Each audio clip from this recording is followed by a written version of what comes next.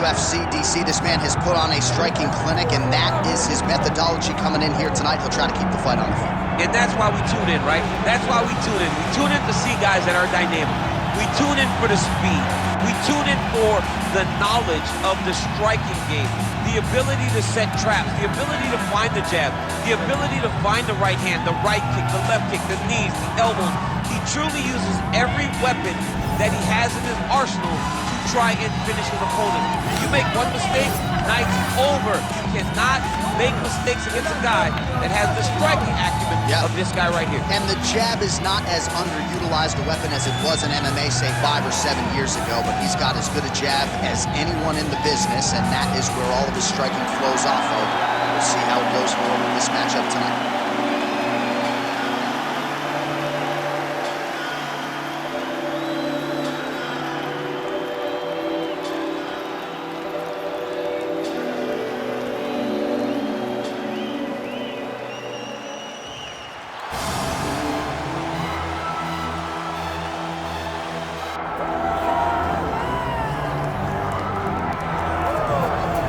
Well, a lot of people think this man is a future UFC champion. I'm not going to go that far just yet, but in terms of putting together a modern-day mixed martial arts athlete into one package, this kid could do it all. Yeah, because you watch what you say. Guys like me will just scream, this guy's a future champion, but your word holds value, so you won't do that. But every now and again, there comes a guy that seems to have it.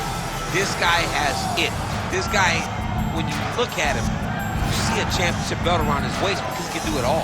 He's got high-level wrestling, high-level grappling, high-level striking.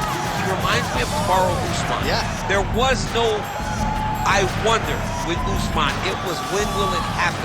This guy possesses that type of skill. And he has sort of a championship aura, right? He walks into a fighter meeting, methodically managing his energy.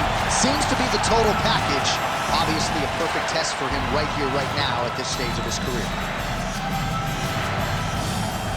Our tale of the tape for this, our main event of the evening. Here is Bruce Buffer. Ladies and gentlemen, this is the main event of the evening.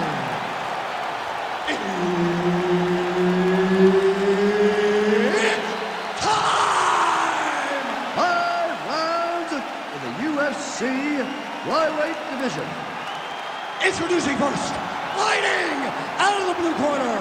Ladies and gentlemen, he is an Ultimate Fighter season winner, John the Magician Dodson. And now introducing his opponent, fighting out of the red corner, Joshua the Fearless Man. Herb Dean, our referee for this one. All right, ready to go here, round one. As usual, John Dodson, loose as a goose. I'd be freaking out. This guy's walking to the octagon, smiling ear to ear. Dodson enjoys his jump. This is UFC. You don't really stand after you take a head kick like this. That is such toughness to even be up to. And back to his feet. He's hurting bad, man. That right hook is nasty. Man, this is crazy, DC. These fighters are not trying to just touch each other. They're trying to put each other out with every shot. John, with every shot, these guys are trying to end the fight. What a start. Massive left hand.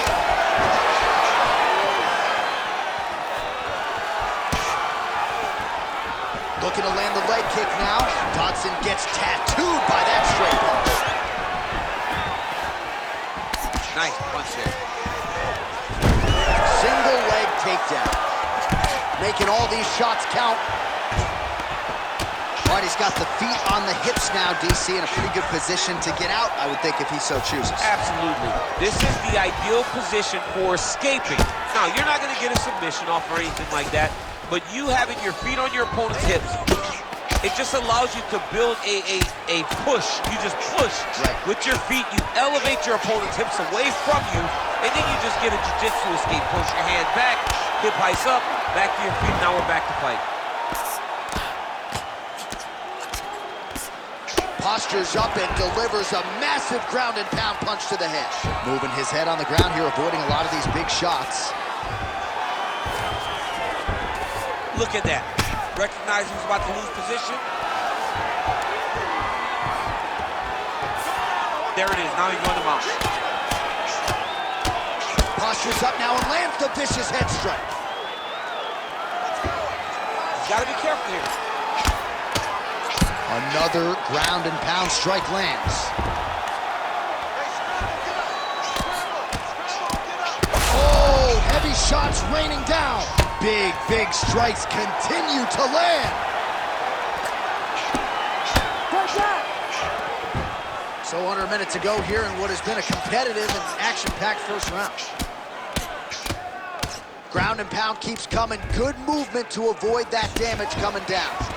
Well, that was a high-level extended battle on the ground. Now, though, the athletes back to their feet, and no surprise the crowd responds in kind. The crowd just loves whenever they get two high-level strikers going at it.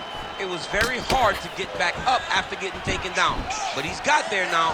Let's see if he can take advantage of it. Looks like he's dealing with a cut above the eye here. Useful strike there. The hook is clean. Outstanding back and forth first round. All right, so that's the end of the round. Pretty significant damage done in that round. Cut on the cheek, sustained there from that strike. Now the cut man's got to get in there and close that thing up. Better to be below the eye than above it, sure. But nonetheless, this could be a factor now moving forward.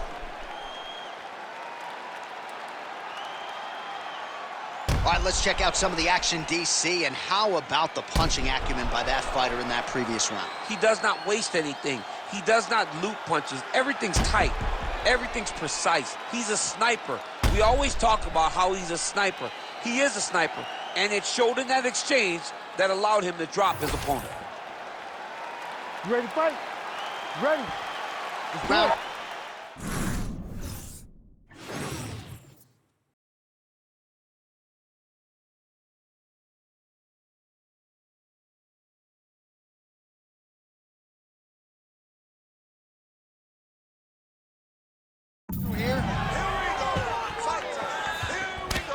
Countering with the jab here, but huge connection by him there. He needs to get on his bicycle, John. He needs to get into space so that he doesn't get finished. Oh, big left hook there. Oh, nice right hand. Just misses with the left hook. Circling away towards the left now.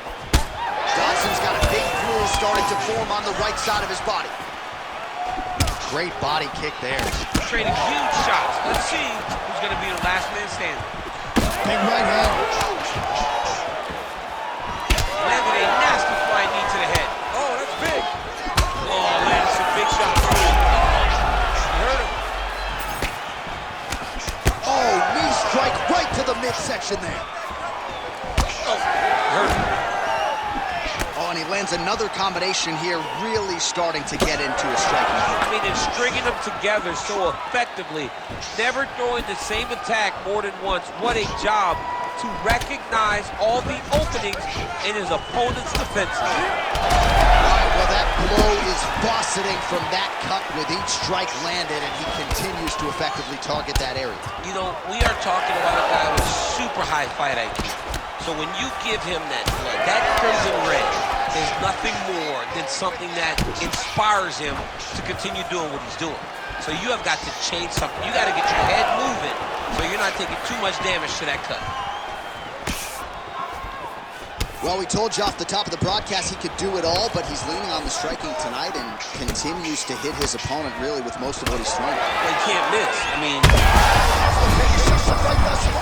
How's his opponent still standing? I have no idea. This fight is supposed to be over. This might not be over. Not looking to hurt. Oh, my goodness. Unbelievable. So no judges needed tonight as he pounds him out for the TKO. I'm hoping I get an invite to the after party.